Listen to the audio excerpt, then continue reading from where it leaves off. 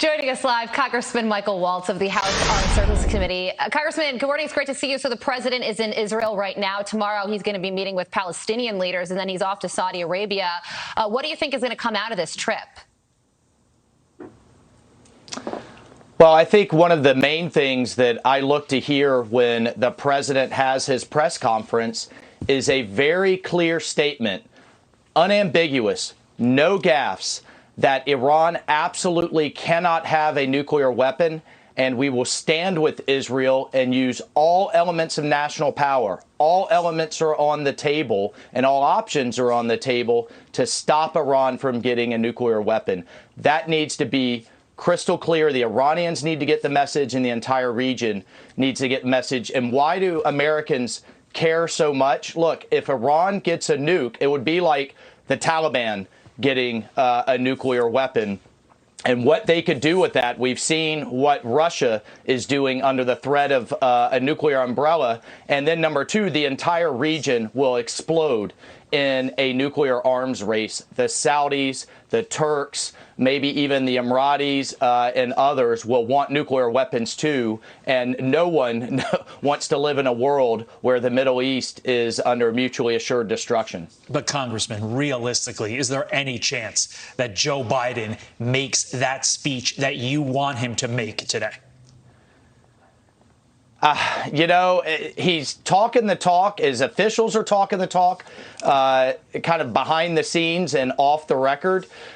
So that's what we have to see from him. That's what we have to see, strength on the international stage in the Middle East. You guys know I've served all across South Asia, Afghanistan, the Middle East, Africa. In that part of the world, they respect strength. They respect resolve. And we need to be very clear what the United States is willing and not willing to do. And this is a time for the commander-in-chief to step up. Yeah, and President Biden right now is doing something that really he's never done before in his presidency, and it's embracing one of former President Trump's foreign policy achievements in the Abraham Accords, and he's trying to expand that with Israel and Saudi Arabia. He's getting a lot of pushback, especially within his own party, for meeting with Saudi Arabian officials tomorrow. But in light of the fact that Iran does have enough enriched uranium to make a nuclear weapon within weeks if they wanted to, how important is brokering this deal, this peace agreement between Israel and Saudi Arabia? Well, I think it was sad and frankly petty politics that Joe Biden, in his op-ed, that he had to put out there in the Washington Post to kind of defend himself from even going, mainly to his left, didn't even mention the Abraham Accords. The whole reason that he's able to go from Israel directly to Saudi Arabia and have this dialogue is because of President Trump's groundbreaking, historic achievement with the Abraham Accords. Here nor there, President Biden has to sit that petty politics aside and build on those achievements. And the reason that they are all coming together is because of Iran. And because of the threat of Iran that is threatening to, one, have a nuclear weapon, to wipe Israel off the map. So I really hope that he steps up and will talk about it, will reaffirm it, will move forward. And then finally, obviously, the reason, the underlying reason that he's there is to get the Saudis and the Gulf nations to pump more oil.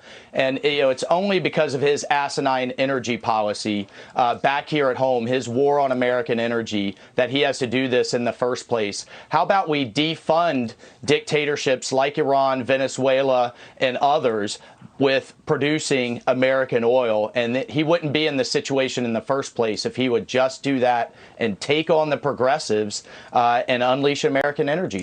Congressman, I got 30 seconds to you, but in President Biden's op-ed that you mentioned, he did say that the Middle East is more stable and secure now than what he inherited 18 months ago. Given the fact that the one-year anniversary of the Afghan withdrawal is coming up, what are your thoughts on that? Well, the entire world saw us run from a terrorist organization in the Taliban. And listen, they now have a super state, and Al-Qaeda and ISIS are once again reconstituting to attack the United States again. It is happening right now as we speak. It's a sad reality. So listen, this is the time to show strength and